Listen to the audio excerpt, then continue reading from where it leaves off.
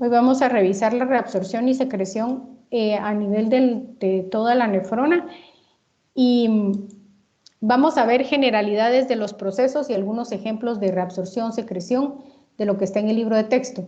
Ya después de esto, entonces ya vamos a ir viendo en las próximas clases manejo del sodio, manejo del agua, del potasio, etcétera, ¿verdad? Se recuerdan que para que se forme la orina, pues esto ya lo habíamos hablado, ¿verdad? Necesitamos de estos tres procesos que son la filtración, la reabsorción y la secreción. Aquí tenemos una imagen de los tres procesos.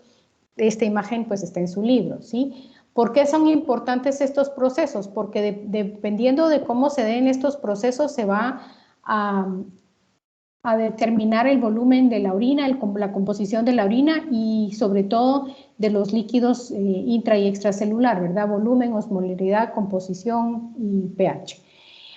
Estos procesos de reabsorción y secreción se van a llevar a cabo a través de proteínas transportadoras que están en la membrana de las células tubulares, tanto en la membrana apical como en la membrana vasolateral, ¿sí? Y entonces, solo para recordarse de lo que ya platicamos de esto en el principio del año, la absorción se va a dar desde la membrana apical hacia la membrana vasocelular, ¿verdad?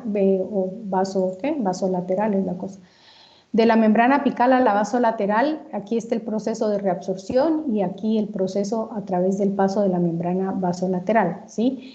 También se van a producir movimientos de solutos a través de la vía paracelular, tanto en el sentido de la absorción como en el sentido de la secreción, ¿sí? Y luego recordar que la absorción de solutos que primero van a pasar de la luz del túbulo, atraviesan la célula y llegan al intersticio del riñón y luego del intersticio pasan al capilar, ¿verdad?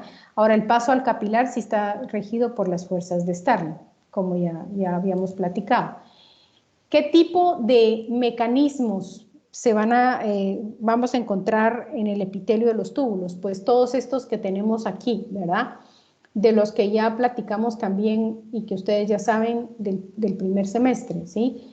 Van a haber algunas sustancias que puedan atravesar las menos por difusión simple, ¿verdad? La membrana del epitelio, pero la mayor parte de los procesos se van a llevar a cabo a través de mecanismos de transporte, proteínas de transporte, uniportadores y canales iónicos, que es difusión facilitada, ¿verdad? Antiportadores o intercambiadores y cotransportadores, que es transporte activo secundario, y a través de bombas iónicas también.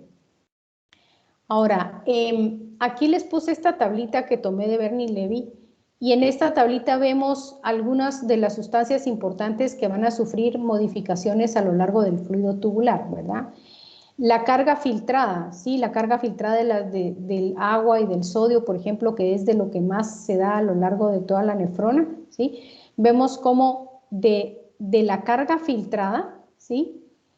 Van a ser reabsorbidas el 99% tanto del sodio como del agua, 86% de potasio, 98% del calcio, más del 99% del bicarbonato. Recordemos que el bicarbonato se produce más que todo a nivel del metabolismo celular, ¿verdad? Todas estas células también tienen anhidrasa carbónica y entonces el CO2 que produce el metabolismo va a producir ácido carbónico, de ahí se va a disociar en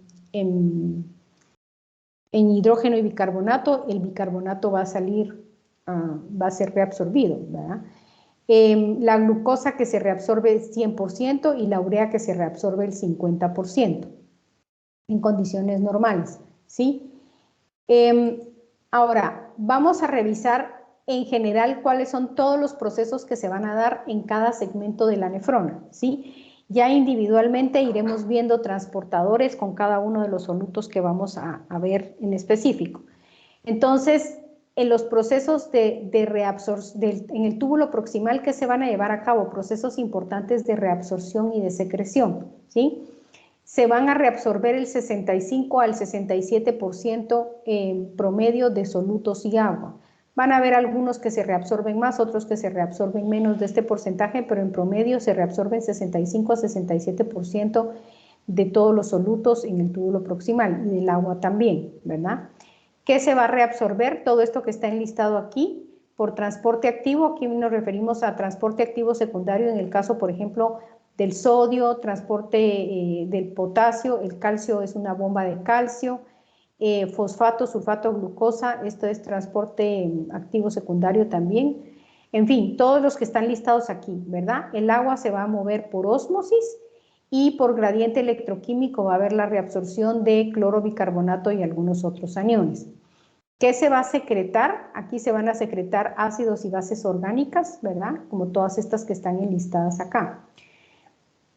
Y iones hidrógeno. Ahora, si se fijan, aquí dice que el líquido tubular va a ser isosmótico, es decir, se van a reabsorber todos estos solutos en este segmento de la nefrona, pero junto con todos estos solutos, casi en la misma proporción, se va a reabsorber agua. Entonces, todo el tiempo, el líquido que está en el túbulo proximal va a ser isosmótico respecto al plasma, ¿sí? Ahora, cuando ya sale del túbulo proximal, va a entrar a la asa descendente delgada de Henle. Recordemos que en las nefronas corticales este segmento es cortito, de ahí se da la vueltecita el ganchito, y luego casi nada de segmento delgado ascendente delgado del asa de Henle. Esta configuración la tienen las nefronas yuxtamedulares, si se recuerdan, ¿verdad? Bueno, pues entonces en el asa descendente de Henle lo que vamos a tener es reabsorción de agua, ¿sí?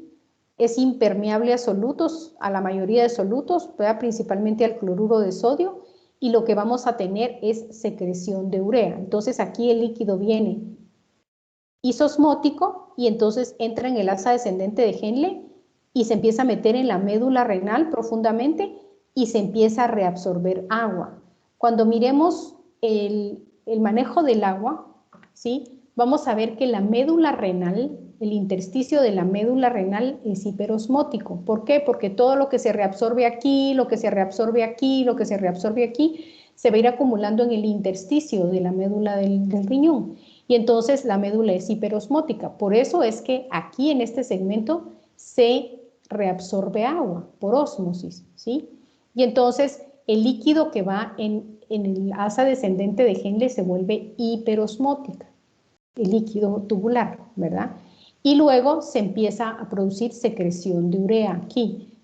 Casi al final del asa descendente delgada, aquí se empieza a meter la urea y se va, y entonces ya entramos en el asa ascendente delgada de Henle. Esto, como les digo, solo en las nefronas yuxtamedulares. ¿Qué es lo que se produce en la rama ascendente delgada de Henle? Se va a producir reabsorción de cloruro de sodio en este segmento, cloruro de sodio, y aquí no se reabsorbe ni agua ni urea. Este segmento es impermeable al agua, ¿verdad? Luego entramos en el asa ascendente gruesa de Henle. El asa ascendente gruesa tiene funciones o mecanismos de transporte importantes otra vez, ¿verdad? Aquí se reabsorbe el 25% de toda la carga filtrada de solutos. Entonces, en la rama ascendente gruesa se van a reabsorber otra vez cloruro de sodio, potasio, calcio, bicarbonato, magnesio, ¿sí? Solo solutos. También se produce secreción de hidrógeno y este segmento también es impermeable al agua y a la urea. Entonces, ¿qué pasa con el líquido tubular cuando va ascendiendo por el asa de Henle, tanto en los segmentos delgados como en el segmento grueso? Aquí venía isosmótico, aquí se pone hiperosmótico el líquido, y cuando asciende acá empiezan a reabsorberse solutos y el agua se queda atrás. Entonces aquí el líquido se va a volver hiposmótico. Entonces el asa de Henle, el asa ascendente de Henle, tanto en su segmento delgado como grueso, se llaman segmento dilutor, porque se diluye todo el líquido tubular, es decir, se reabsorben solutos y el agua se va quedando, ¿verdad? ¿Preguntas? Solo rapidito, doctora, la rama ascendente delgada es hiposmótica también, ¿verdad? Aquí se va volviendo hiposmótica, entra hiperosmótica del asa del ganchito entra hiperosmótica, y aquí se empiezan a reabsorber solutos, y entonces aquí es donde se empieza a diluir el líquido, ¿sí? Cuando ya Ah, ok. sube al asa ascendente gruesa ya está hiposmótico, ¿verdad? Y sigue Entonces hiposmótico. entra hiposmótico y sale, no, entra hiperesmótico y sale hipo, ¿verdad? Así es, exacto. Gracias, doctora. De nada. ¿Otra pregunta? Muy bien. Sigamos entonces. Luego tenemos el túbulo distal. Ahora, el túbulo distal lo vamos a dividir en dos partes, la primera parte y la segunda parte del túbulo distal. Ahí se van a dar diferentes funciones. En la primera parte del túbulo distal vamos a seguir teniendo reabsorción de sodio, de cloro, de calcio, de magnesio y seguimos teniendo impermeabilidad al agua y a la urea, ¿sí? Aquí sigue estando hiposmótico el líquido tubular. Ahora, la porción distal o la segunda porción del túbulo distal y la primera mitad del conducto colector van a compartir características, ¿sí? Aquí es donde vamos a encontrar células principales, células intercaladas, que de las células intercaladas tenemos dos tipos que se llaman alfa y beta, ¿verdad? O A y B. Y entonces, ¿qué es lo que vamos a encontrar o qué procesos se van a dar en el parte final del túbulo distal y la primera mitad del conducto colector? Vamos a tener reabsorción de cloruro de sodio, secreción de potasio en las células principales. Las células intercaladas alfa van a reabsorber potasio, ¿verdad? Estos procesos de secreción o de reabsorción de potasio se van a producir dependiendo de los niveles plasmáticos de potasio, ¿verdad? Si los niveles plasmáticos de potasio son altos, que generalmente, o lo que ingerimos de potasio es alto, ¿verdad? Que eso es lo que generalmente pasa, ingerimos en nuestra dieta más cantidad de potasio que necesitamos, casi siempre vamos a tener secreción de potasio. Ahora, si nuestros niveles de potasio están bajos o ingerimos poco potasio, entonces esto ya no se va a producir, sino que se va a producir la reabsorción de potasio. Entonces depende de los niveles plasmáticos qué pase con el potasio, ¿sí? Y luego, en las células intercaladas alfa vamos a tener reabsorción de bicarbonato y secreción de iones hidrógeno, ¿sí? De ácidos. Esto es lo que generalmente pasa, porque nuestro metabolismo, como ingerimos proteínas en la dieta, casi todo el mundo, ¿verdad? Entonces vamos a producir más ácidos que bases. Entonces van a funcionar más las células intercaladas alfa en la regulación del pH, reabsorbiendo bicarbonato y secretando hidrógenos. Las células intercaladas beta van a secretar bicarbonato. Estas van a funcionar cuando tengamos mayor producción de bases endógenas o cuando tengamos alcalosis metabólica, ¿verdad? Bueno, alcalosis en general, cualquier alcalosis, ¿sí? Ahora, respecto al manejo del agua, en la segunda mitad del túbulo distal y la primera mitad del conducto colector, aquí la reabsorción de agua va a depender de la presencia de ADH, ¿sí? Si nuestra ingesta de agua es bastante, ¿verdad? Si consumimos entre 6 y 8 vasos de agua al día, entonces no se va a secretar ADH, porque recuérdense que la ADH se secreta principalmente cuando la osmolaridad se eleva. Si estamos ingiriendo agua, pues la osmolaridad no se va a elevar. Entonces no se va a secretar ADH, ¿sí? Entonces este segmento va a seguir siendo impermeable al agua. Y entonces lo único que se va a producir es reabsorción de solutos. Sigue siendo diluido el fluido tubular, ¿verdad? Ahora, ¿qué pasa si nuestra osmolaridad se eleva? Entonces aquí se va a secretar ADH. La ADH lo que va a hacer es hacer que se inserten acuaporinas en la membrana apical del conducto colector principalmente, ¿verdad? Y entonces se va a empezar a reabsorber agua, ¿sí? Y entonces junto con los solutos, entonces lo que va a pasar es que se va a empezar a concentrar el fluido tubular, ¿sí? ¿Preguntas? Muy bien, ahora Doctora, dígame. o sea que la osmolaridad se puede elevar cuando no tenemos una baja ingesta de agua, ¿o cómo? Pues sí, recuérdese que la osmolaridad, en promedio se recuerda cuál es el valor de la osmolaridad, ¿verdad? ¿O no se acuerda? ¿Cuántos miliosmoles por litro es la osmolaridad? Ay, no sé si estoy mal, pero 295, 93, algo así, ¿no? 290, ese es el promedio, ¿verdad? 290. Pero recuérdense que ese es un valor individual y nuestro osmómetro que tenemos en el hipotálamo, ¿sí? Nuestro osmorreceptor, tiene su punto de ajuste para cada persona, ¿verdad? El rango, ¿se acuerdan que el rango normal lo habíamos dejado entre 275 y 300 miliosmoles? Vaya, pues, pero hay personas que a los 285 ya, para ellos ya se elevó mucho la osmolaridad, ¿verdad? Ahí está su punto de ajuste.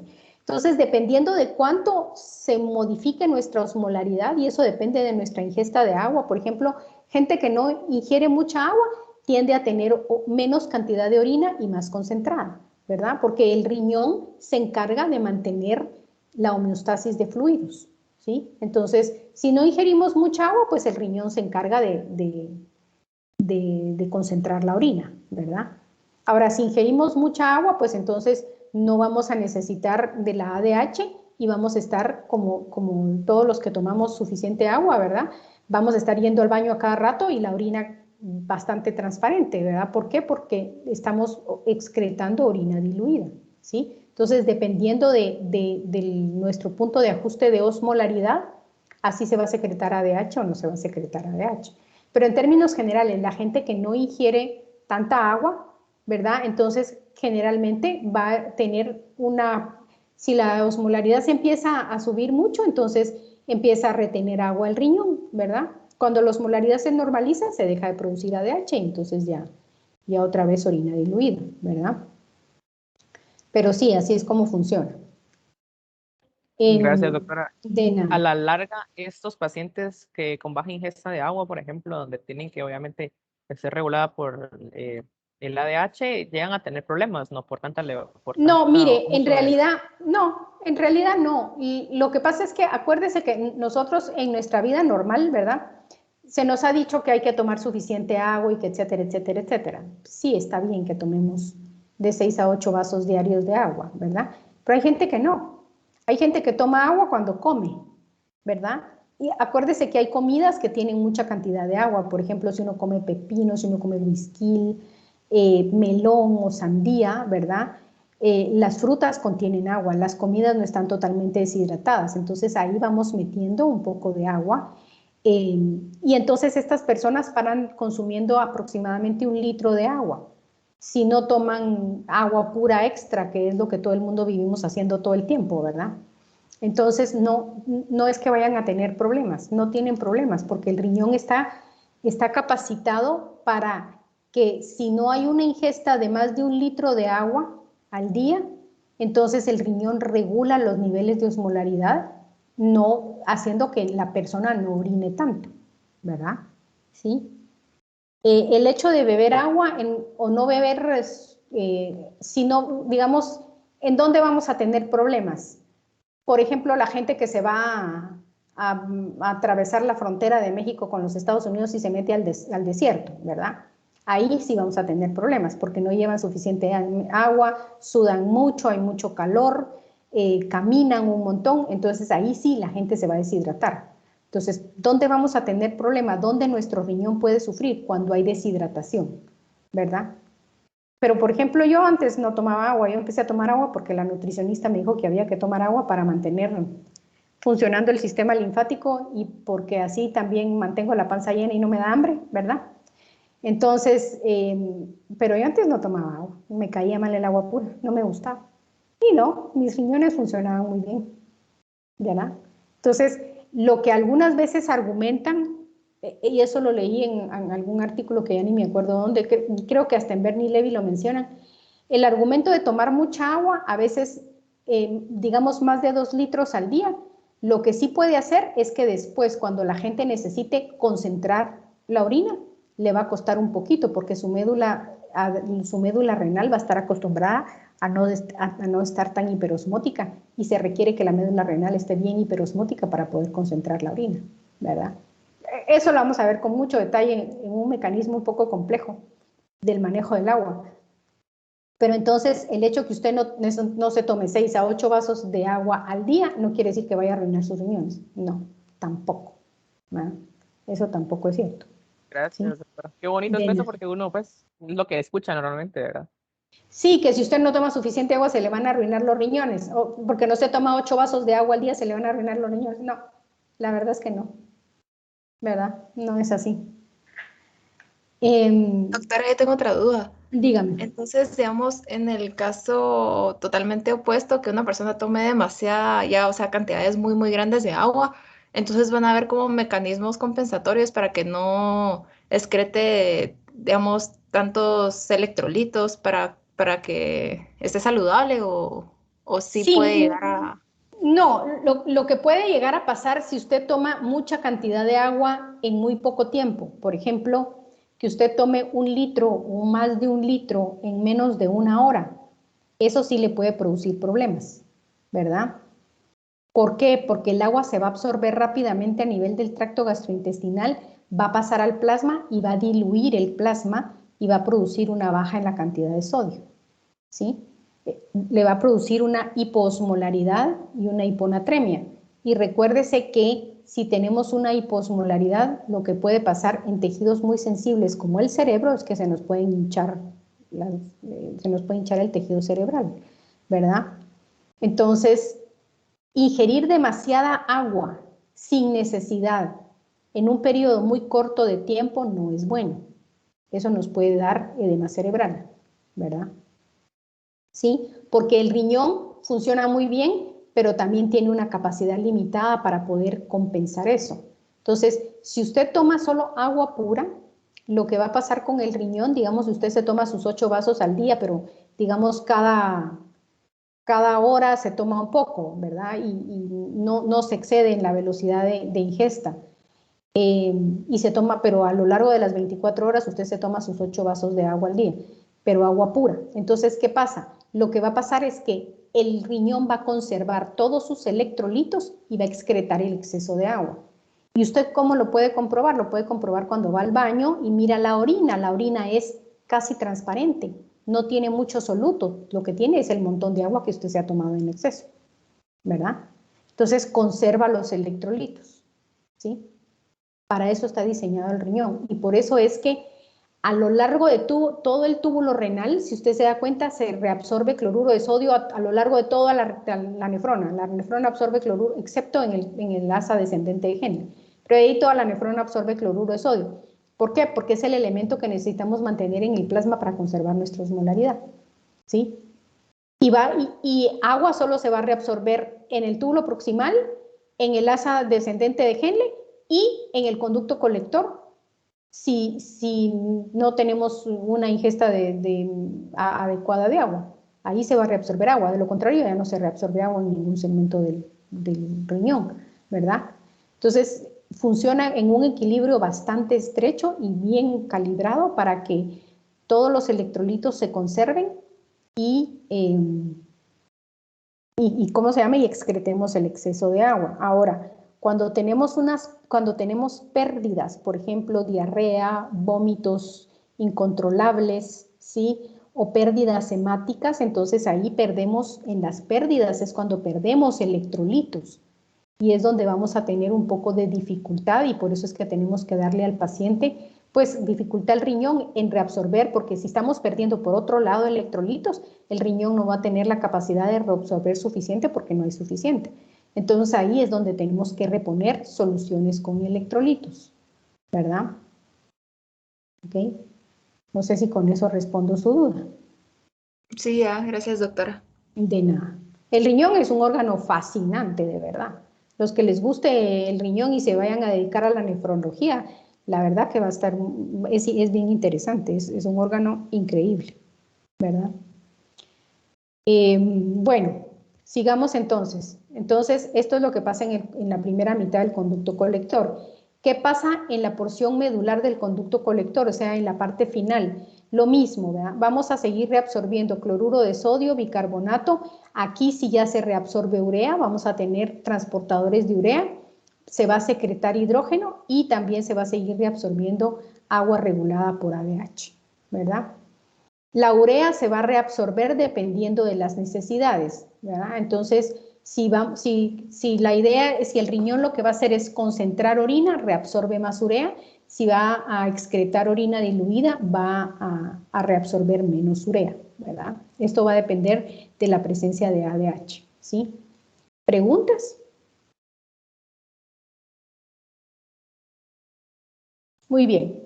Ahora, una vez que todos los solutos y el agua son reabsorbidos desde la luz del túbulo a través de las células epiteliales o por la vía paracelular, van a llegar al intersticio renal, ¿sí?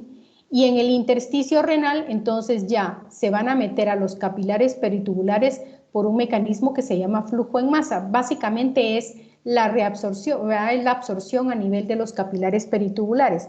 Y si se fijan ustedes, aquí están las fuerzas de Starling que hay en los capilares peritubulares. Tenemos una presión hidrostática en promedio de 13 milímetros de mercurio y una oncótica capilar de 32 milímetros. Se recuerdan que en el glomérulo la presión es de 45 milímetros de mercurio, en los capilares sistémicos alrededor de 35, ¿verdad? Mientras que en los capilares sistémicos la presión oncótica es más o menos de 25 a 28. Entonces, ahora, ¿por qué creen ustedes que estas presiones son así en el capilar peritubular? ¿Cuál es la causa de que la presión hidrostática sea baja y la presión oncótica sea alta?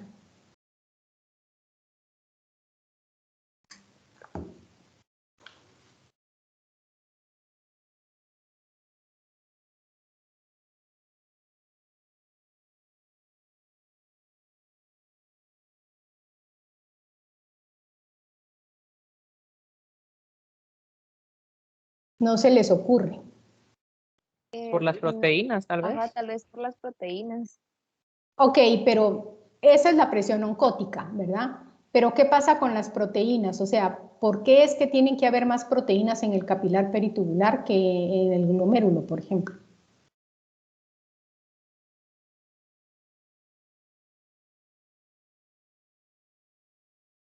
A ver, ¿se Para la recuerdan? reabsorción de agua, ¿no? O sea, esa es una consecuencia de que haya presión oncótica más elevada, aumenta la reabsorción de agua, ¿sí? Pero a ver, ¿se recuerdan del equilibrio de filtración? Cuando en el glomérulo empieza a filtrar, digamos, entra la sangre en la arteriola, de la arteriola aferente hacia el capilar glomerular, y entonces empieza la filtración y empieza la filtración. Y cuando ya va a salir por la arteriola eferente, ya casi no filtra nada, ¿sí? ¿Se recuerdan? Ese es el equilibrio de filtración. Entonces, a ver, ¿por qué razón es que esta presión está más alta y está más baja? ¿Por qué entra así a los... Acuérdense que los capilares peritubulares nacen de la arteriola eferente, ¿sí? Piensen, ¿qué es lo que pasa en el glomérulo? Y entonces van a entender por qué estas presiones son así.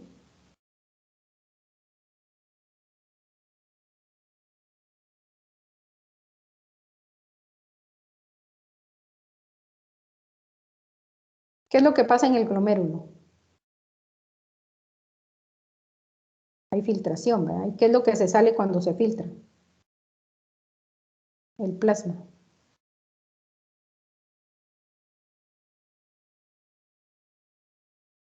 Muchis.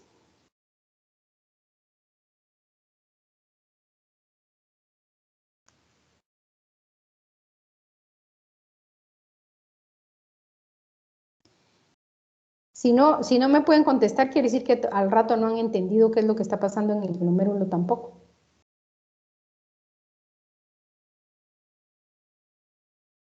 A ver, cuando empieza a haber filtración glomerular, ¿qué es lo que se sale del capilar glomerular y qué no se sale?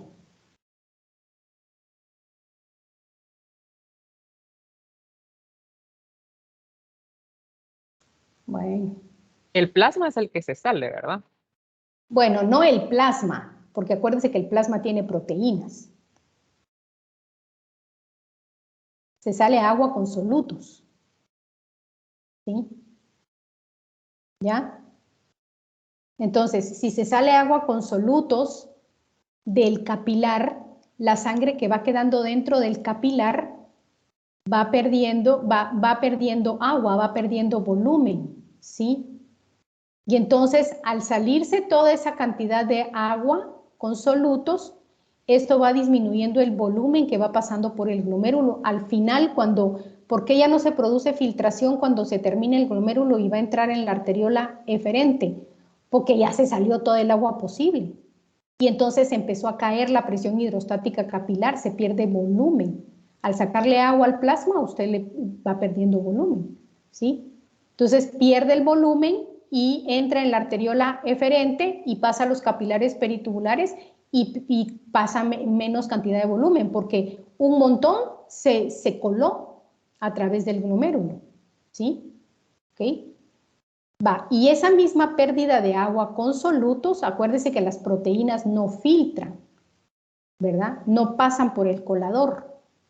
Entonces, las proteínas se quedan metidos dentro del plasma y eso aumenta relativamente la concentración de proteínas en relación al volumen plasmático que va a entrar al capilar peritubular. Entonces, si hay menos volumen de líquido, cae la presión hidrostática capilar.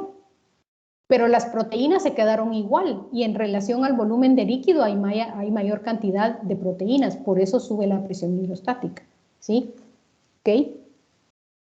¿Entendieron o no entendieron? Sí, doctora, o sea, al final prácticamente que cuando ya llegan a esta parte en el capilar peritubular, pues ya no hay suficiente concentración de solutos y de agua, entonces las Exacto, proteínas como no pueden salir, se quedan ahí, por eso es que la presión pues es mayor relativamente con la hidrostática. exactamente, así es, ¿verdad?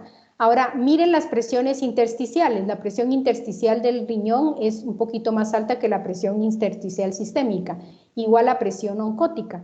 ¿Por qué razón? Por la gran cantidad de solutos que van saliendo de las células aquí, ¿verdad? Desde la luz del túbulo se van metiendo para acá y se meten en el intersticio.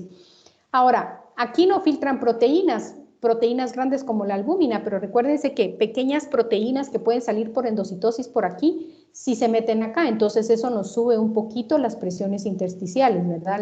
La hidrostática intersticial y la oncótica intersticial. Entonces, si ustedes operan la ecuación de Starling, ¿verdad? Con estas presiones se van a dar cuenta que la presión de reabsorción neta son 10 milímetros de mercurio. Entonces es un capilar absorbedor neto, o sea, menos 10 serían aquí, ¿verdad? Es un capilar absorbedor neto. Entonces, estas presiones son las que favorecen la absorción. ¿Qué pasa si estas presiones cambian? ¿Sí? Si aumenta la presión hidrostática capilar por estos dos factores, entonces eso va a hacer que disminuya la reabsorción. ¿Sí? ¿Por qué? Porque aumentó la presión hidrostática capilar y la presión hidrostática capilar tiende a sacar líquido del capilar, ¿verdad? Si aumenta, digamos, de 13 a 20, disminuye la presión de absorción y entonces disminuye la absorción. Si aumenta la presión oncótica del capilar, ¿verdad? Porque aumenta la concentración de proteínas del plasma o aumenta la fracción de filtración, se recuerdan que del flujo plasmático que entra en el glomérulo, el 20% filtra, ¿verdad? ¿Qué tal si aumenta para el 30% o el 40%? ¿Sí? Entonces eso va a sacar más agua con otros solutos pequeños del plasma y va a aumentar relativamente la concentración de la presión oncótica del capilar. Entonces, eso va a aumentar la reabsorción, ¿verdad?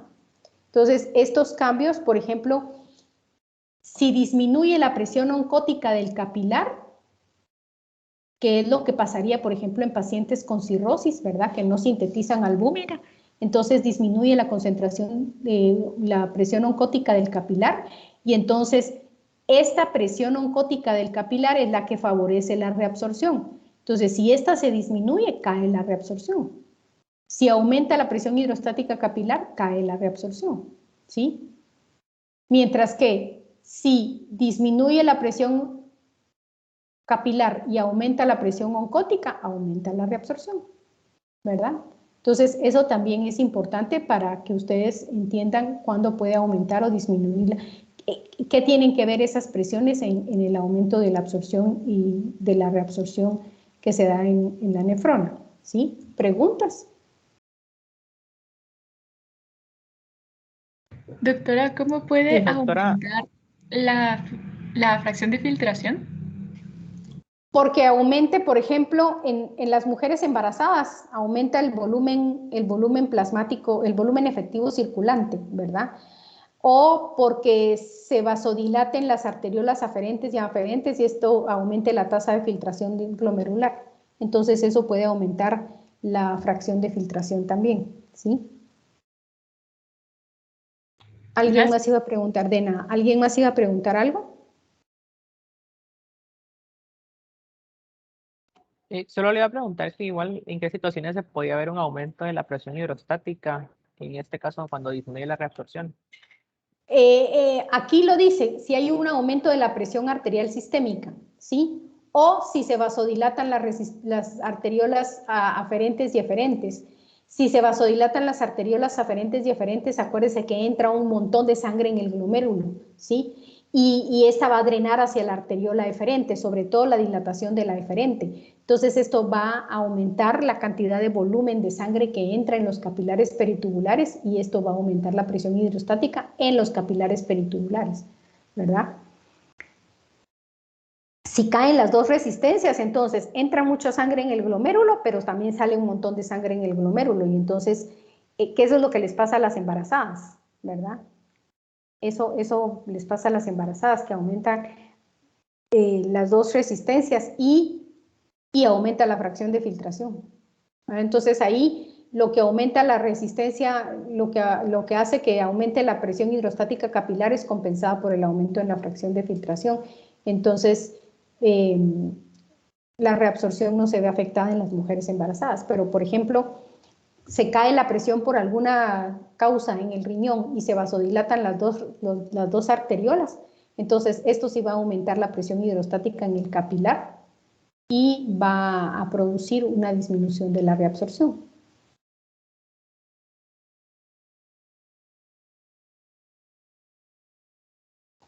¿Otra pregunta?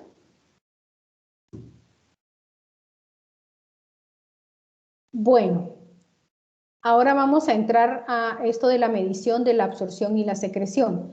¿Cómo hacemos para saber qué tanto de un soluto se está reabsorbiendo o se está secretando a nivel de la nefrona? ¿Sí? Entonces, aquí en su libro nos dan dos ejemplos bien claros de qué es lo que tenemos que hacer. Ahora, lo que yo sí quiero es que entiendan la teoría de esto, ¿verdad? Porque estos cálculos pues no los vamos a hacer ahorita, sino que hasta después, ¿verdad? Hasta para el tercer parcial van a entrar estos cálculos.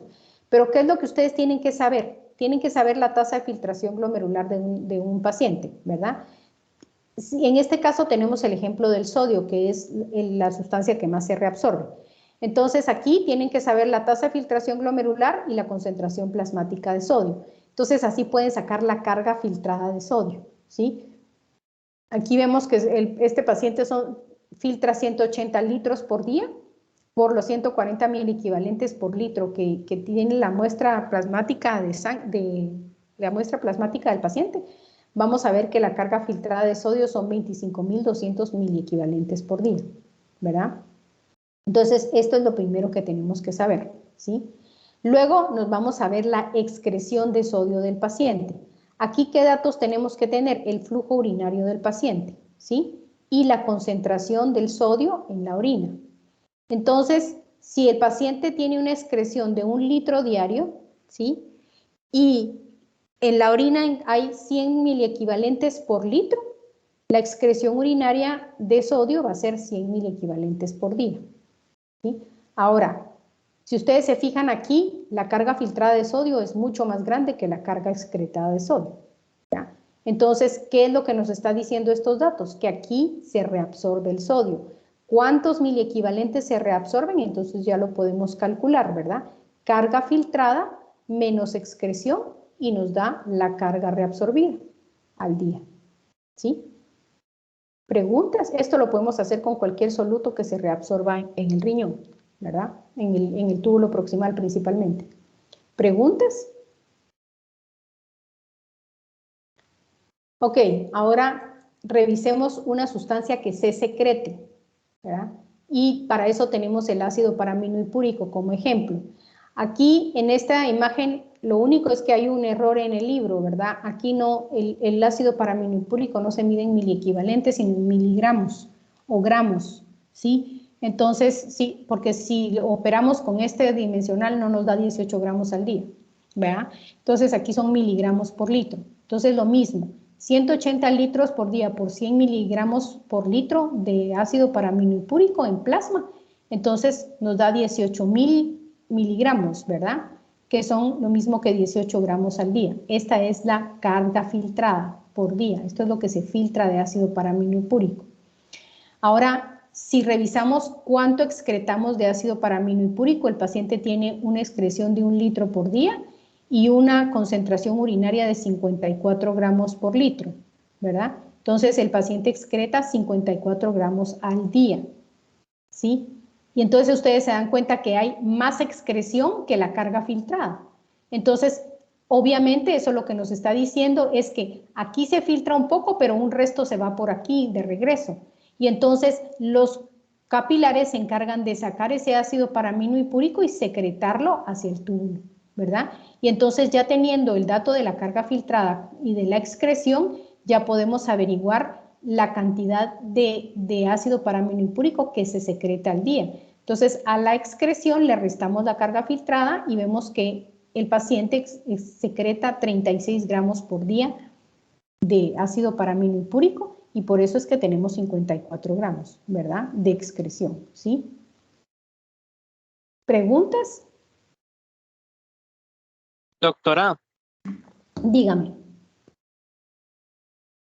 otro ejemplo de reabsorción, no sé si sería la glucosa, que pasaría lo mismo que con el sodio o no. Bueno, aquí la glucosa no se excreta, entonces tal vez la glucosa no sería un buen mecanismo para operar. Perdón, no le escuché. Perdón, doctora, me refería a un ejemplo de reabsorción como el sodio, por ejemplo. Sí, tal vez podríamos utilizar cloruro, por ejemplo, ¿verdad? Porque el cloruro sí va a excretar una pequeña cantidad de cloruro. En cambio aquí, la excreción de glucosa sería 0. Entonces, la carga filtrada de glucosa se va toda de regreso. Sí es un ejemplo, pero aquí usted no podría saber cuál es la reabsorción. O sea, la reabsorción es igual a la carga filtrada, porque toda la glucosa se reabsorbe. ¿Sí? ¿Ok? Usted no excreta glucosa en la orina. Sí, pues, o sea, la reabsorción sería neta, ¿verdad? Porque si no estaríamos hablando de patología, entonces. Exactamente, así es. Eso lo puede calcular en un paciente que tenga diabetes, ¿verdad? Pero la glucosa no es un buen ejemplo. Aquí podríamos utilizar cloro, por ejemplo, ¿verdad? El cloro sí lo podríamos calcular, ¿sí? Porque hay una excreción de cloruro a nivel urinario. Entonces, sí podemos calcular la tasa de reabsorción o la cantidad de reabsorción de cloruro haciendo esta misma operación, ¿verdad?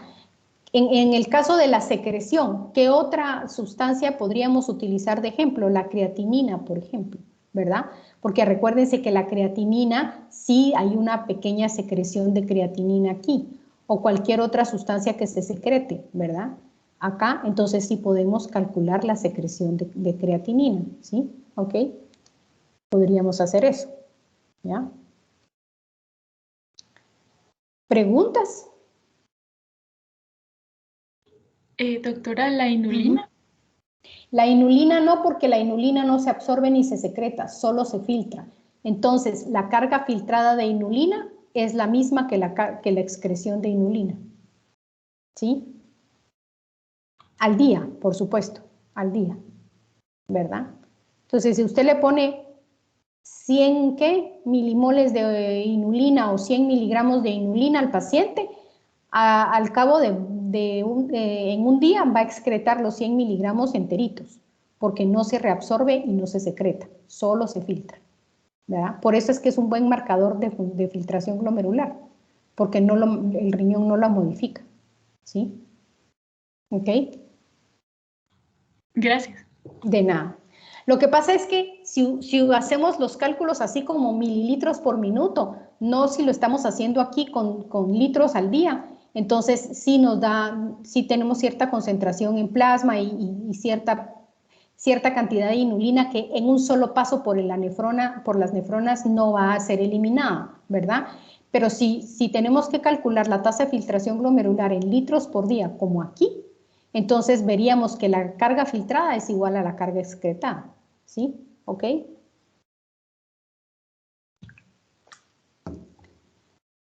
Bueno, sigamos entonces. Aquí vamos a ver ejemplos de reabsorción y secreción y de secreción, ¿verdad? Entonces, vamos a revisar el transporte de glucosa, que esa es una de las cosas que es importante que revisemos. ¿Dónde se reabsorbe la glucosa a nivel de la nefrona? Se va a reabsorber toda en el túbulo proximal, ¿sí? Cuando ya el líquido tubular sale del túbulo proximal, ya no tiene que haber nada de glucosa, toda se reabsorbió ahí. El mecanismo de reabsorción son los transportadores SGLT en la membrana apical, ¿verdad? O sea, un transportador de glucosa acoplado al sodio, ¿sí? Se recuerdan que hay en el intestino y que en el intestino está el SGLT1. Pues en el riñón tenemos el SGLT1 y el SGLT2, ¿verdad?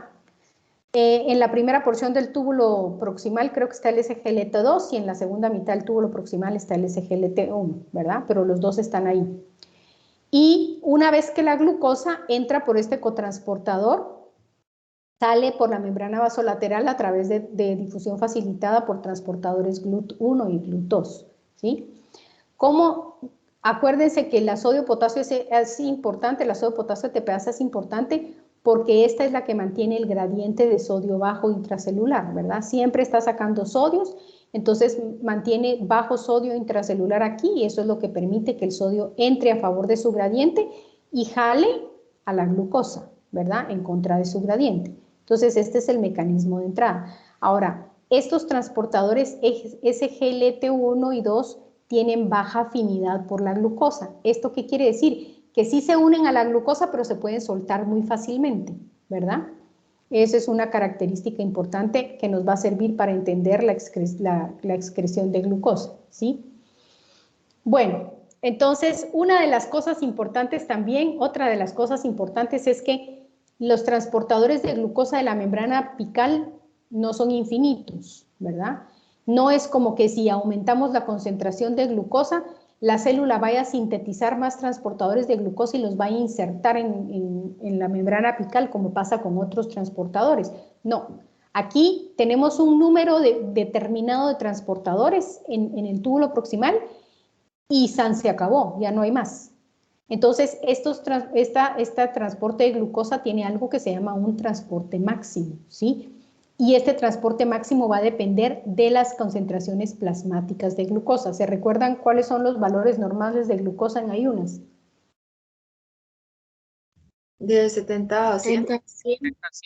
70 a 100, exactamente. Entonces, a valores normales de glucosa, cuando le hacen ustedes un examen al azar a un paciente y digamos que el paciente acaba de comer, van a encontrar valores 120, 140 miligramos de glucosa, ¿verdad? Porque el paciente acaba de comer. Pero si se fijan, aquí hasta 250 miligramos por decilitro de glucosa. Toda la glucosa filtrada, esta gráfica azul es la glucosa filtrada. Si ustedes se dan cuenta, a mayor concentración de glucosa plasmática, mayor concentración de carga filtrada vamos a tener, ¿verdad? Que es lo que tiene que pasar. Ahora bien, la curva verde discontinua es la excreción de glucosa. Ya sabemos que la glucosa no se debe excretar, que se tiene que reabsorber. Hasta 250 miligramos, toda la glucosa que entra en los túbulos va a ser reabsorbida. Este es el umbral de reabsorción, ¿sí? Cuando ya nos empezamos a pasar de 250 miligramos de glucosa plasmática, ya empieza a haber glucosuria, ¿sí? Ya empieza a haber excreción, ¿ya? Aquí podemos ver la curvita cómo se empieza a elevar, ¿sí? Aquí vemos la curva de reabsorción, ¿verdad? Y vemos cómo aquí, cuando estemos en el umbral, se reabsorbe toda la glucosa, ¿sí? Que es la línea anaranjada discontinua, ¿sí? Cuando ya nos pasamos del umbral, ya empieza como a aplanarse la curva de reabsorción. Todavía se reabsorbe un poquito más, pero ya empezamos a tener pérdida de glucosa. Y eso que no hemos llegado al transporte máximo, ¿sí? Llegamos al transporte máximo cuando se saturan los transportadores, es decir, se llenaron todititos. Hay tanta glucosa en el líquido tubular que todos los transportadores se llenan y ya no hay chance de transportar más glucosa para adentro, ¿sí? Eso es lo que se llama el transporte máximo. ¿En qué niveles de glicemia alcanzamos el transporte máximo? Entre 325 y 400 miligramos por decilitro, ahí alcanzamos el transporte máximo. Ahí se saturaron los transportadores y entonces aquí vamos a empezar a tener glucosuria. Y vamos a ver que la curva de excreción va paralela a la curva de filtración. A mayores niveles de glucosa, mayor excreción de glucosa, que es lo que pasa con pacientes diabéticos, ¿verdad? ¿Sí? No controlados, ¿ya? Ahora, estos que vemos aquí que se llaman desviaciones, ¿sí? Es porque muchas veces la baja afinidad del transportador de glucosa hace que haya tanta glucosa que algunas glucosas se suelten del transportador y ya no sean captadas por otro transportador y empieza a haber glucosuria, ¿verdad? O como les pasa a las embarazadas fisiológicamente, como aumenta mucho su tasa de filtración glomerular y su flujo plasmático renal, eventualmente va tanta cantidad de filtrado que no les da tiempo a los transportadores a transportar toda la glucosa y entonces algún poquito de glucosa se va a escapar, aunque los niveles de glicemia del paciente sean normales, ¿verdad? Pero eso es por la baja afinidad del transportador, ¿sí? Pero eso solo puede pasar eventualmente en algunas pacientes embarazadas, no puede pasar en ningún paciente normal, ¿verdad? La otra causa que nos pueda producir glucosuria son defectos en los transportadores de glucosa, ¿verdad? Que eso es muy raro, yo nunca en la vida vi un defecto genético de transportador de glucosa, ¿sí? Pero entonces, esto es lo que nos pasa cuando la glicemia se eleva mucho, ¿verdad? Ahora, ¿ustedes se recuerdan cuáles son los síntomas de diabetes? Un paciente hiperglicémico, ¿qué manifestaciones va a tener? Poliuria y polidipsia siempre, ¿o no? Exacto, poliuria y polidipsia. La poliuria se debe a que como aumenta la concentración de glucosa en el fluido tubular, esto va a generar un aumento de la osmolaridad en el fluido tubular. Entonces va a jalar agua. Entonces por eso es que la gente orina más. Y además se produce polidipsia porque se excreta más agua, la glucosa en sangre aumenta la osmolaridad del plasma y entonces eso le da a la gente polidipsia, ¿verdad? Entonces, por eso esas manifestaciones que tiene el paciente diabético, ¿sí? ¿Alguna pregunta?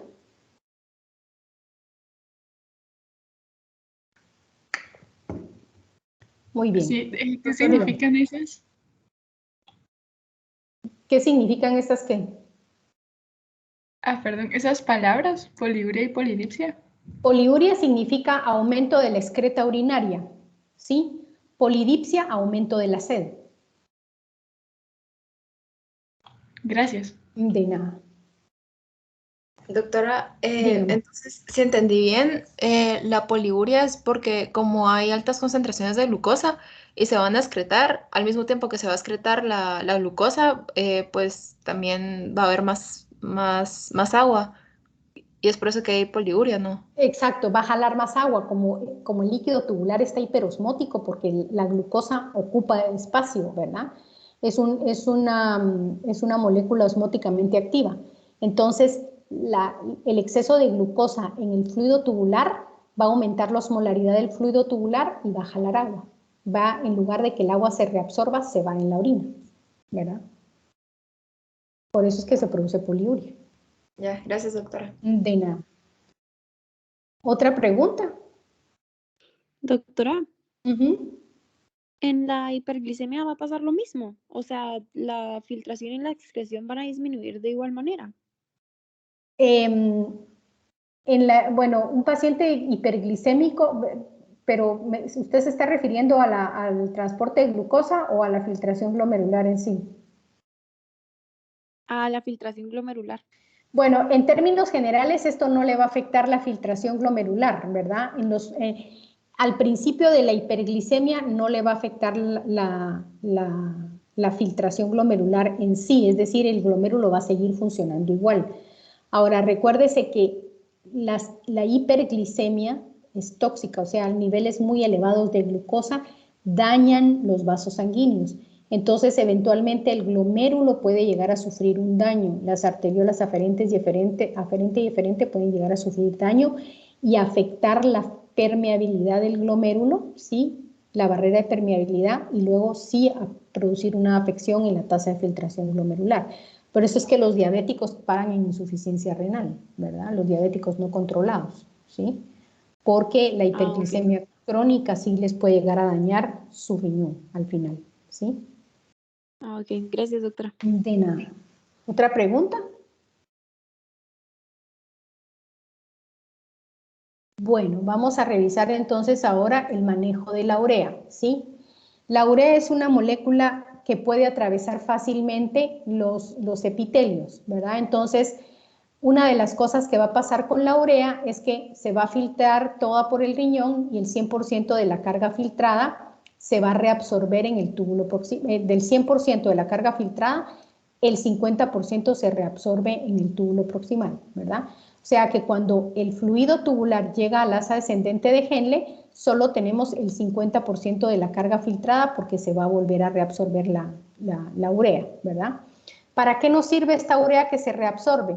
Esta urea que se reabsorbe se va a empezar a acumular en el intersticio y sobre todo en el intersticio medular, ¿verdad? Y nos va a servir para algo que se llama el reciclaje de la urea, que sirve para el mecanismo de concentración de la orina, ¿verdad? Luego, como esta urea se va a ir, digamos, aquí miran ustedes que se reabsorbe urea, ¿verdad? Entonces, aquí, sobre todo en la médula del riñón, se va a acumular urea, que proviene de esta reabsorción de aquí. Entonces, cuando el fluido tubular baja por el asa descendente delgada de Henle, como aquí hay mucha urea, cloruro de sodio y otros solutos acumulados, entonces por eso es que este segmento del asa de Henle va a reabsorber agua por ósmosis, ¿verdad? Se va a empezar a meter el agua aquí, ¿sí? Y aquí se vuelve hiperosmótico el fluido. Y se va a volver hiperosmótico además porque del intersticio de la médula renal se va a empezar a meter la urea en el túbulo de regreso. Entonces, cuando llegamos al ganchito este del asa de Henle, ¿sí? Vamos a tener 110% de urea, ¿sí? O sea, 50% se reabsorbió aquí, luego aquí en el asa descendente de Henle se volvió a meter la urea, total que ya tenemos una gran cantidad de urea metida otra vez en la nefrona, ¿verdad? En el fluido tubular. Y se va la urea porque toda esta área es impermeable al agua y impermeable a la urea, y aquí van a pasar dos situaciones, ¿sí? Si tenemos mucha ADH, ¿verdad?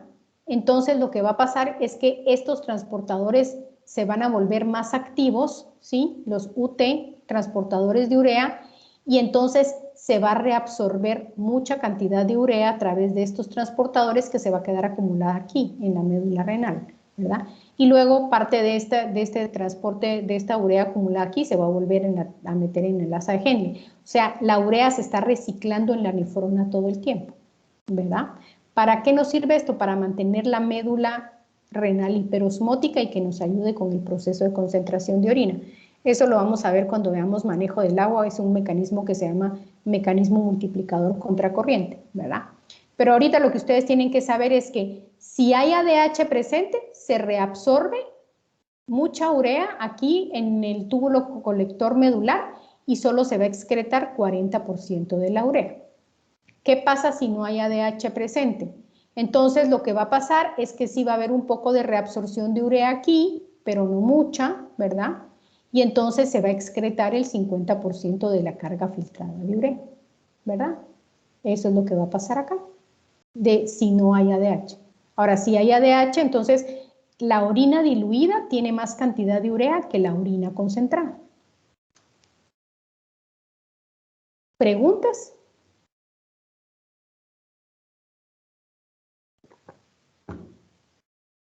Muy bien. Ahora revisamos el ejemplo de secreción que es para variar el ácido paraminohipúrico, ¿verdad? Entonces, aquí lo que vemos es en la gráfica la carga filtrada de ácido paraminohipúrico, ¿sí? Si ustedes se dan cuenta, a mayor concentración de ácido paraminohipúrico, mayor es la carga filtrada, ¿verdad? Va aumentando la filtración conforme van aumentando las concentraciones de ácido paraminohipúrico en plasma. Ahora analicemos la curva de excreción. Si vemos la curva de excreción, vemos cómo es mayor, ¿verdad?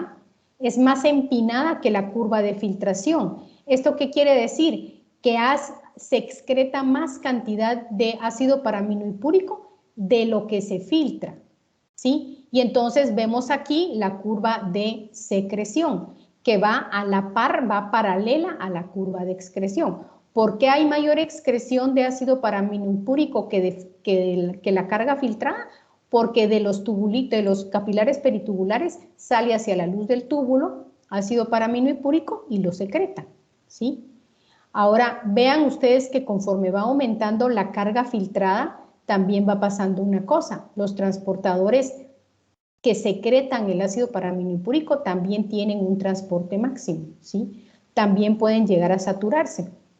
Y entonces ven ustedes que cuando alcanzamos el transporte máximo de secreción de ácido paraminopúrico, se produce un cambio en la gráfica de excreción, ¿sí? Lo que se produce aquí es que ya no sigue aumentando la excreción. ¿Por qué? Porque ya no aumenta la secreción se va a quedar estable en cierta cantidad, ¿verdad? Mientras que la carga filtrada aumenta. Entonces, ¿qué pasa? La gráfica de excreción se pone paralela a la carga filtrada. ¿Pero por qué? Porque si se saturan los transportadores de ácido paraminopúrico, pues ya no se puede seguir secretando el ácido paraminopúrico. Se va a seguir secretando, pero ya no más, ¿verdad? Porque se saturaron los transportadores, entonces la excreción se vuelve paralela a la filtración, ¿sí? Pasa al revés de lo que pasa con la glucosa, solo, o sea, es decir, no es al revés, pasa lo mismo que con la glucosa, solo que en secreción, ¿sí? En lugar de en absorción. ¿Preguntas? Doctora, ¿a qué se refiere con filtración? A lo que pasa en el glomérulo, ¿sí? La carga filtrada de ácido paraminopúrico es cuando la sangre pasa por el glomérulo y se sale del glomérulo, se sale del colador. A eso me refiero con filtración, ¿verdad? Eso es lo que pasa en el glomérulo. Entonces, si usted le mete a la sangre un montón de ácido paraminopúrico, en el colador del glomérulo se va a filtrar todo ese paraminopúrico. Eso siempre va a pasar así, igual que en la glucosa, se va a filtrar, o sea, se va a colar a través del glomérulo. Pero luego entra en los túbulos renales, y entonces en los túbulos renales, recuérdese que aquí toda esa carga se va a ir en el túbulo renal, pero el túbulo proximal va a empezar a recibir ácido paraminopúrico que es secretado, es decir, lo que no se filtró en el glomérulo pasa a los capilares peritubulares y los capilares lo sacan al túbulo, ¿verdad? Entonces, por eso es que en la orina va a aparecer más cantidad de ácido paraminopúrico. Si regresamos a la grafiquita anterior de esta que vimos del ejemplo de esta secreción, lo que está pasando aquí es que cuando entra el ácido paraminopúrico aquí se empieza a salir, ¿verdad? Pero acuérdense que en un paso por la nefrona no se sale todo, siempre se sale un montón, pero una parte se va de largo aquí y se mete en los capilares peritubulares. Pero como el ácido paraminopúrico no lo necesitamos en el cuerpo, entonces vienen los capilares y lo sacan y lo meten en el túbulo proximal. Entonces, esto que está pasando aquí es la filtración, es la carga filtrada, ¿sí? Es esta gráfica morada que estamos viendo aquí, ¿ya? Ya entendí, gracias. Ok, va, perfecto. ¿Otra pregunta?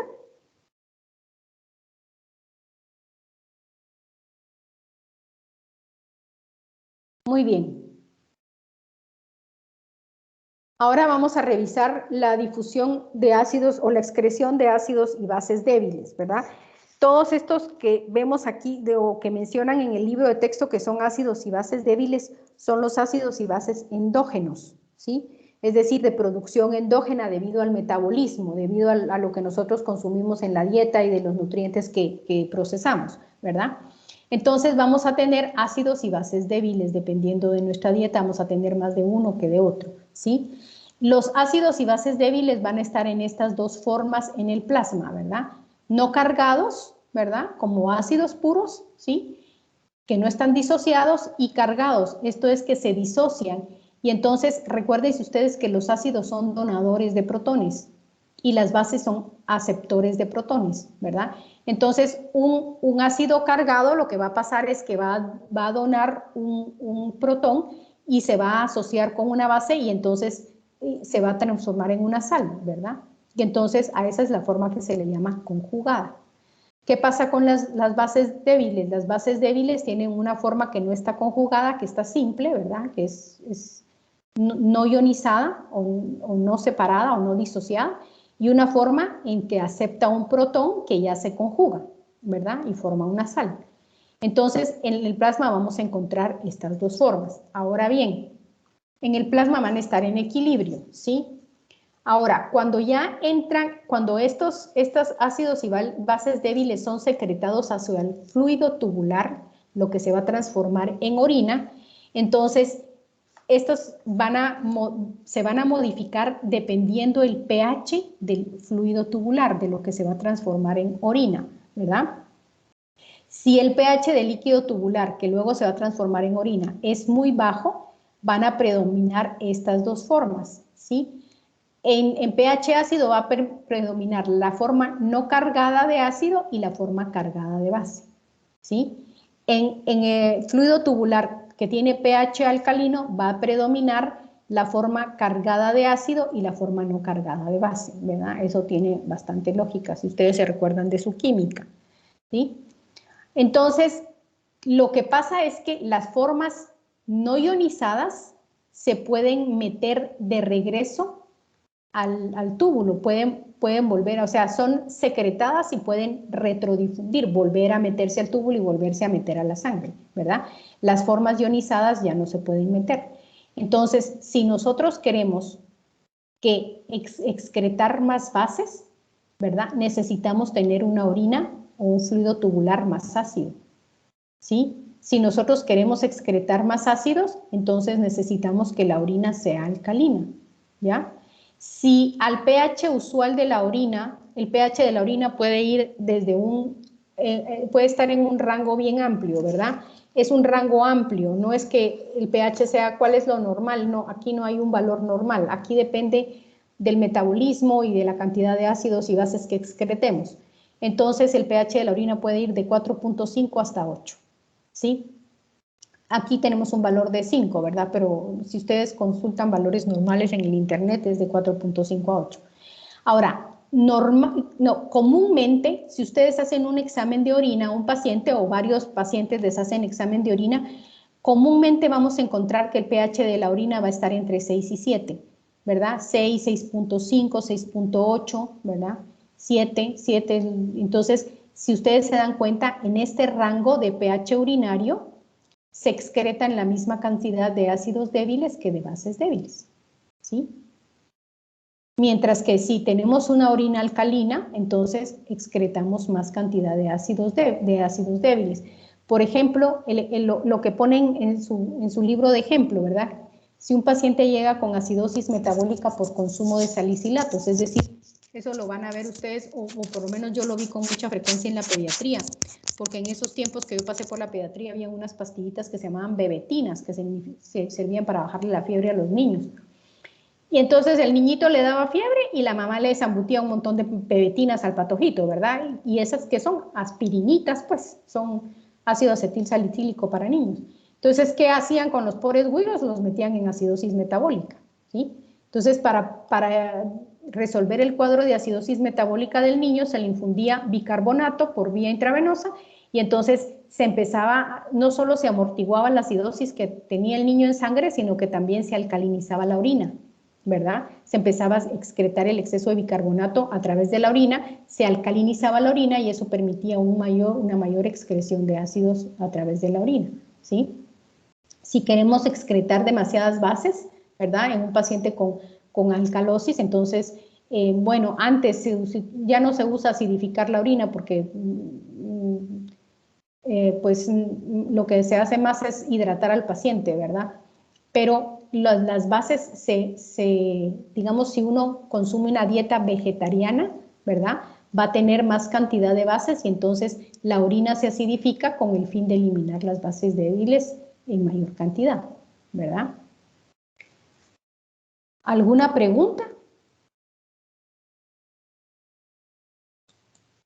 Aquí tenemos alguna lista de aniones y cationes orgánicos que se van a excretar, que son, por ejemplo, estas son las formas, los aniones orgánicos son las formas cargadas de los ácidos débiles, ¿verdad? Y los cationes orgánicos son las formas cargadas o ionizadas de las bases débiles. Entonces aquí, por ejemplo, encontramos salicilatos, hidrocloroteacidas, simvastatina, o sea, todas estas son drogas que le damos al paciente. Estas son las de producción endógena, ¿sí? Igual acá, ¿verdad? Bueno, y por último, vamos a referirnos a esta terminología asociada a una sola nefrona. Estas relaciones no es que las vayamos a calcular, ¿verdad? No, usualmente no se calculan, pero sí nos sirven, sobre todo esta, nos sirven para entender algunas gráficas que vamos a encontrar en el libro de texto cuando miremos manejo del sodio, del potasio, etcétera, etcétera, ¿verdad? Entonces, esta nos ayuda a describir la función global de los riñones, ya sea con cualquier método de estudio que mencionan en el libro, ¿verdad? Que en el libro dice que se puede ir funcionando esto solo a nivel experimental, ¿verdad? Los tubulitos renales con micropunción para ir midiendo concentraciones de solutos a nivel del fluido tubular, o aislando una nefronita, o aislando la parte de la membrana del epitelio tubular, ¿verdad? Eso solo a nivel experimental se hace. Pero es importante porque ha ayudado a los investigadores a sacar gráficas para que podamos entender la función global de una nefrona y transpolarlo a la función global de los riñones, ¿verdad? Entonces, esta relación es bien importante. Esta relación compara la concentración en fluido tubular de una sustancia X con respecto a la concentración en plasma, ¿sí? Y entonces, si esta relación es de 1, quiere decir que esta sustancia no se reabsorbe ni se secreta, como en teoría pasaría con la inulina, ¿verdad? O bien que esta sustancia sí se reabsorbe, pero al mismo tiempo se reabsorbe la misma proporción de agua que hay, que va en el fluido tubular. Entonces lo podemos ver en esta gráfica, ¿sí? Esta es una gráfica que saqué de Bernie Levy, en donde vemos la concentración en fluido tubular versus la concentración en plasma de estas sustancias, aquí multiplicado por 100, ¿verdad? Para sacarlo en porcentaje. Si se fijan en el eje X, aquí tenemos el porcentaje de distancia a lo largo del túbulo proximal, ¿sí? Entonces, algunas de estas gráficas las van a encontrar ustedes que el eje X nos dice a lo largo de toda la nefrona. Entonces, por aquí ponen túbulo proximal, asa de Henle, túbulo distal, conducto colector, ¿verdad? Entonces, cuando la gráfica es así, nos va diciendo cómo se comporta la sustancia a lo largo de toda la nefrona, ¿verdad? En esta gráfica que vemos aquí es cómo se comporta la sustancia a lo largo del túbulo proximal, que es donde ocurren los principales procesos de reabsorción y secreción, ¿verdad? Sobre todo de reabsorción. Entonces, miramos aquí el sodio, ¿sí? El sodio como que no se reabsorbería en el túbulo proximal. Bien, sí se reabsorbe, ¿sí? Pero se va a reabsorber agua en la misma proporción que el sodio. Entonces, esta relación fluido tubular plasma va a ser de 1, ¿sí? Porque se reabsorbe 5 de sodio, pero también se reabsorbe 5 de agua. Entonces las concentraciones a ambos lados, en el fluido tubular y en el plasma, siempre van a estar en la misma proporción, ¿sí? ¿Ok? Si nos damos cuenta de la reabsorción de cloruro aquí, ¿qué nos está diciendo? Aquí parecería que el cloruro no se reabsorbe, sino que se secreta. Pues no, sí se reabsorbe cloruro, pero se reabsorbe menos cantidad de cloruro en relación al agua. Entonces, la relación va a ser mayor que 1, ¿sí? Que es lo que dice en esta cosa aquí, ¿verdad? La reabsorción de la sustancia ha sido menor que la reabsorción de agua o ha ocurrido secreción neta. En el caso del cloro no hay secreción, ¿verdad? Solo hay reabsorción, pero reabsorción en menor proporción que el agua. Por eso es que la gráfica del cloro la vemos aquí. En cambio, todas las demás sustancias que estamos viendo aquí se reabsorben, van a tener una relación menor que 1, porque la reabsorción de estas sustancias es mayor que la reabsorción de agua, ¿sí? Entonces, fosfato, bicarbonato, glucosa, lactato y aminoácidos se van a reabsorber en mayor proporción que el agua a lo largo de todo el túbulo proximal, y entonces cuando termina el túbulo proximal, por ejemplo, ya no vamos a tener ni glucosa, ni lactato, ni aminoácidos, ¿sí? Vamos a tener una pequeña cantidad de bicarbonato, una pequeña cantidad de fosfato, y seguramente el sodio se va a ir igual, ¿verdad? El cloro se va a reabsorber más en otros segmentos, y entonces posiblemente cambia la gráfica, ¿verdad? Entonces, Estas gráficas las vamos a ir viendo cada vez que revisemos el manejo de los solutos importantes a lo largo de la nefrona, ¿verdad? Entonces, por eso es importante que entendamos estas relaciones, ¿sí? ¿Alguna pregunta?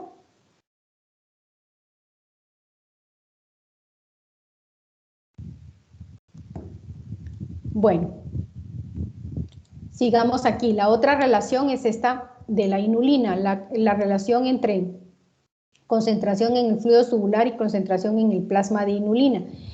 Esta, acuérdense que la inulina no se reabsorbe ni se secreta, sino que se va parejo, ¿verdad? Se filtra en el glomérulo y se va, ¿verdad? Entonces, esta, lo que encontraríamos, si regresamos a esta gráfica, encontraríamos que la inulina se comporta más o menos como el cloro, ¿verdad? Y conforme vamos pasando a nivel del túbulo proximal, va aumentando digamos, en lugar de irse aquí estable, iría aumentando para arriba.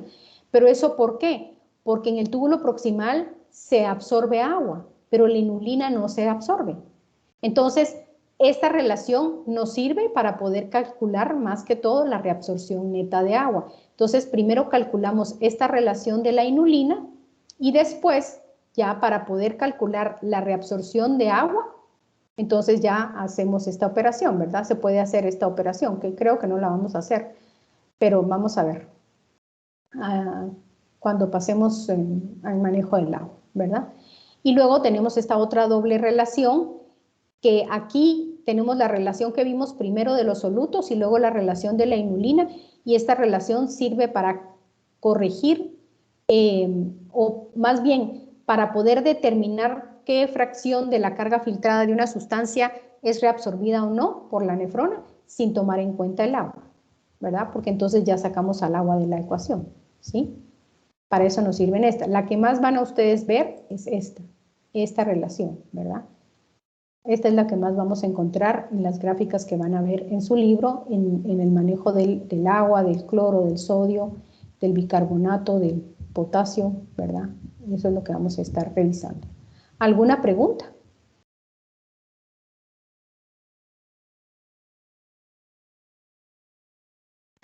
Ok, jóvenes, entonces terminamos aquí. ¿Tienen alguna duda respecto a los cálculos que quieren que resolvamos ahorita? Nos quedan como 10 minutos.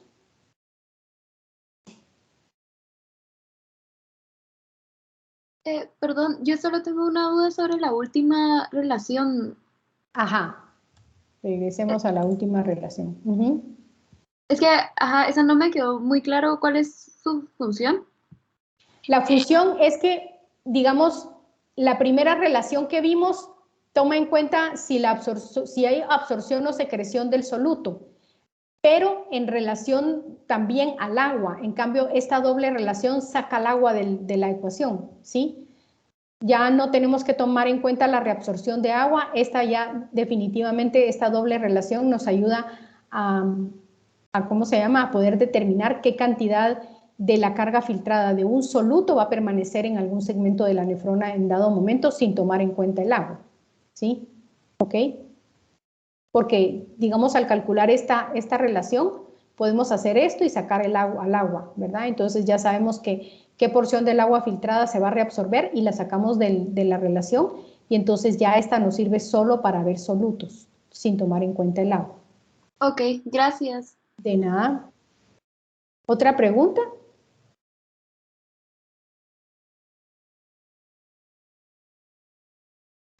Muy bien, jóvenes. Entonces, terminamos aquí. Doctora, no sé si le puedo Dígame. preguntar algo al final de la clase. Sí me puede preguntar algo al final de la clase. Ya terminamos la clase. Si quiere, pregunte de una vez. Oh, sí, solo se lo quería preguntar a usted. Es que yo tenía una duda con el corto de lunes. Solo una preguntita. A ver, dígame. Dígame cuál es la pregunta del corte. Ahorita es que la estaba buscando. Espérame un momentito.